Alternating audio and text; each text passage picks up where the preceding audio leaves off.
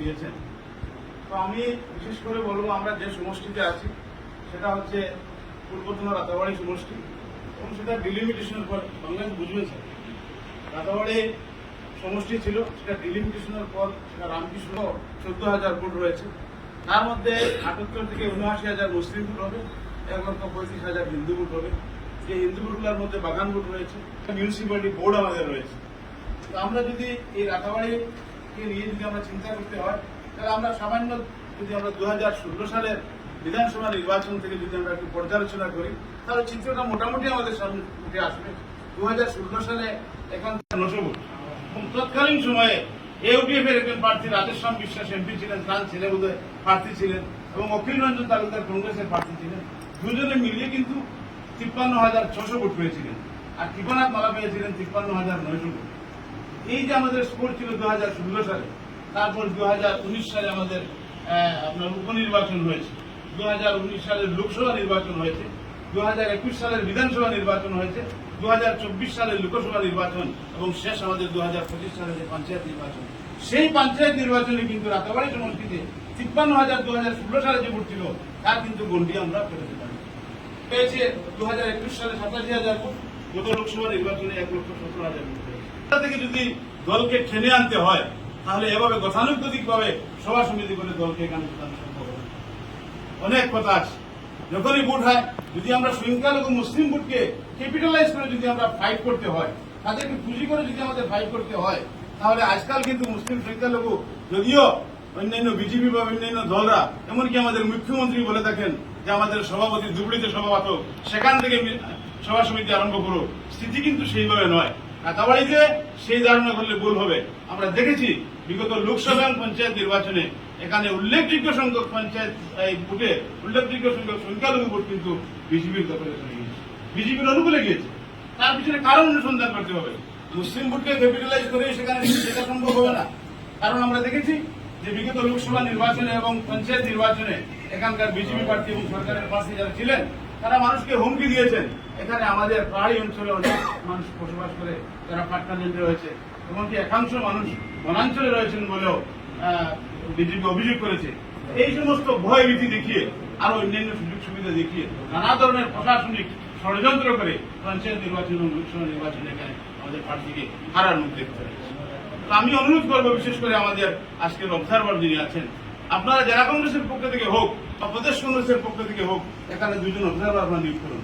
2 জন block Congress সভাপতি রয়েছেন, আমাদের 24টি মন্ডল কংগ্রেস কমিটি আছে কিনা, কমিটি পূর্ণাঙ্গ কমিটি কি আছে কিনা, বুথ কমিটি আছে কিনা।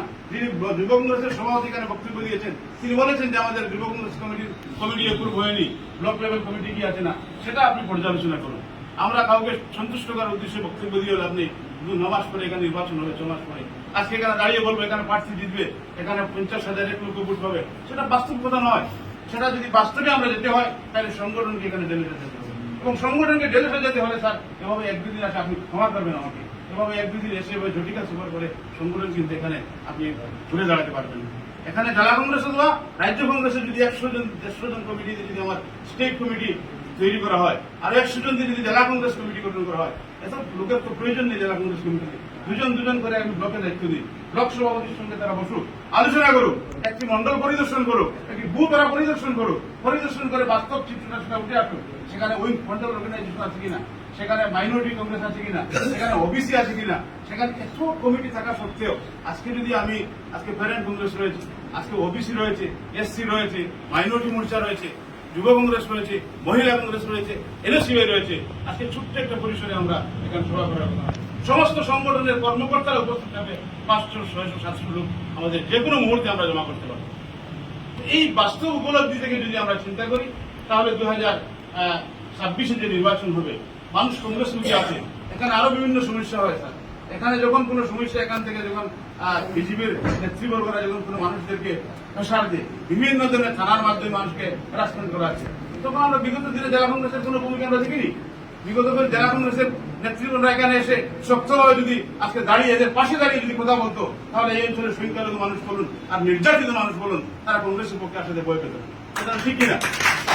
যখনই কোনো ক্রাইসিস রাইজ করে এই অঞ্চলে, তখন কিন্তু জেলা নেতৃত্ব এবং রাজ্য নেতৃত্ব আমরা পাশে পাইনি। তো এই অঞ্চলে আমাদের সেই সময় আমাদের ব্লক কংগ্রেস সভাপতি থানায় বন্দী ছিলেন বিগত লোকসভা নির্বাচনে। এখানে কংগ্রেস কর্মীরা যখন কেন্দ্রতে যখনই কোনো কংগ্রেসের পক্ষে শক্ত অবস্থা নিয়েছে, পুলিশ তাদেরকে উঠিয়ে নিয়েছে।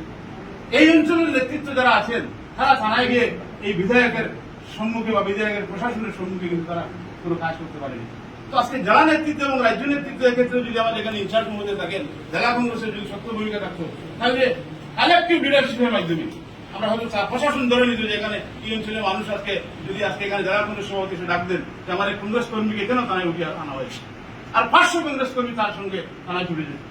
সেটা বিজন বাবু ডাক দিলে হবে না, সেটা আমি হেলাল খানে ডাক দিলে নাও হতে পারে, কিন্তু জেলা কংগ্রেস সভাপতি যদি এখানে আসেন, জেলা কংগ্রেসের নেতৃত্ব যদি এখানে আসেন, তাহলে মানুষ তাদের সম্মুখে ভরসা করে এখানে তার সামনে জড়ো হতে তার বাধ্য হবে এবং প্রশাসন একসময় ভাববো যে ধরনের অন্যায় কাছ থেকে আমাদের বিরত থাকা উচিত। এখানে বিরোধী দল শক্তিশালী। এই যে অবস্থার মধ্যে আমরা রয়েছি, সেখান থেকে আপনি করিমগঞ্জ জেলার যে 4টা লোকসভা বিধানসভা সমষ্টি রয়েছে সেটাকে একসঙ্গে ভাববেন না স্যার, একই কথায় 4টা নাম আপনি লিখবেন না। সেখানে দক্ষিণ করিমগঞ্জ, নর্থ করিমগঞ্জ, হাজারকান্দি এবং রামকৃষ্ণনগরে আলাদা আলাদা ট্রেজেডি আপনি গ্রহণ করতে হবে, আলাদা আলাদা স্মৃতি গ্রহণ করতে হবে, আলাদা আলাদা রণকৌশল আপনি তৈরি করতে হবে। যদি সেগুলো করতে পারেন, স্থানীয় নেতৃত্ব যারা আছেন তাদের সঙ্গে আরো মন খুলে আপনি বসুন, তাদের বক্তব্য শুনুন, বাগান ভাইদের বক্তব্য শুনুন, মণিপুরী সম্প্রদায়ের মানুষের বক্তব্য শুনুন, তাদের কাছ থেকে তাদের মনের কথা আপনি জানুন, তারপর আপনি বিহিত ব্যবস্থা নেন। এই সময় যদি আপনি নিতে পারেন, সেখান থেকে শক্তিশালী ফাইট হবে। 1952 সাল থেকে যদি এখানে নির্বাচনকে আপনি পর্যালোচনা করেন, তাহলে দেখবেন এখান থেকে অধিকাংশ সময় কংগ্রেসের প্রার্থীরা এখান থেকে নির্বাচিত হয়েছে। শুধুমাত্র 1985 সাল থেকে 2025 সাল পর্যন্ত এখানে বিজেপি এবং কংগ্রেসের বাগান সম্প্রদায় থেকে মানুষ এখান থেকে নির্বাচিত হয়েছে। এই বিষয়গুলোর পর্যালোচনা করে দলকে শক্তিশালী করার পরিকল্পনা আপনারা গ্রহণ করুন। জেলা কংগ্রেস সভাপতি তিনি অত্যন্ত সমাদৃত ব্যক্তি, সব সম্প্রদায়ের সব মানুষের কাছে, বিশেষ করে কংগ্রেস মহলে। তাকে নিয়ে আপনি এখানে এসেছেন। আপনি যদি এখান থেকে করিমগঞ্জ জেলার 4টি 3টি বিধানসভা সমষ্টি যদি আপনি এখান থেকে জিতিয়ে নিতে পারেন, এভাবে যদি জেলায় জেলায় যারা দায়িত্বে আপনার রয়েছেন, তাহলে না সরকার হবে, তাহলে না আজকে বিজেপিকে আমরা আটকাতে পারবো। একটা দুটা সমষ্টি আপার আসাম, মধ্য আসাম, গুয়াহাটিতে সিট নিয়ে সরকার গঠন হবে না স্যার। কাঁচাবাড়ির মতো প্রত্যন্ত অঞ্চল থেকে যদি আপনি বিধায়ক নির্বাচিত করে দিতে পারেন, তাহলে আপনি সরকার গঠন করতে পারবেন। এই কথাগুলো চিন্তা করে, এই কথাগুলো বিবেচনা করবেন। সেটা যদি কারো বক্তব্যে যদি কোনো ত্রুটি বিচ্ছুতি হয়, কাউকে সন্তুষ্ট করার উদ্দেশ্যে, আমি আগেই বলেছি আমার বক্তব্য নয়, কাকে হেয় প্রতিবন্ধ করার উদ্দেশ্যে নয়, সর্বোপরি কংগ্রেস দলকে শক্তিশালী করতে হবে। এই আশা নিয়ে আমরা এখানে এসেছি। প্রত্যেকে দারদারি ব্যক্তিগত উপকার থেকে টাকা খরচ করে এখানে এসেছেন, যার জন্য কংগ্রেস এখানে শক্তিশালী হবে, করিমগঞ্জ জেলায় শক্তিশালী হবে। আপনি ইতিহাস পর্যালোচনা করুন, দেখবেন এখান থেকে কংগ্রেসে বাগা নেতৃত্ব এখান কংগ্রেস থেকে আছে। যাই হোক, এই কথাগুলি আপনার সামনে বললাম। সময় অত্যন্ত সভাপতি বারবার আমাকে ইঙ্গিত দিচ্ছেন, তো আপনারা এই কথাগুলো বিবেচনা করবেন। আরো ক্লোজ ডোর বসুন, আরো কিছু মানুষ নিয়ে আপনি ব্যক্তিগত বসে অভিজ্ঞতা অর্জন করুন স্যার, তারপরে সংগঠনে হাত দিবেন। সংগঠন ধন্যবাদ সবাই।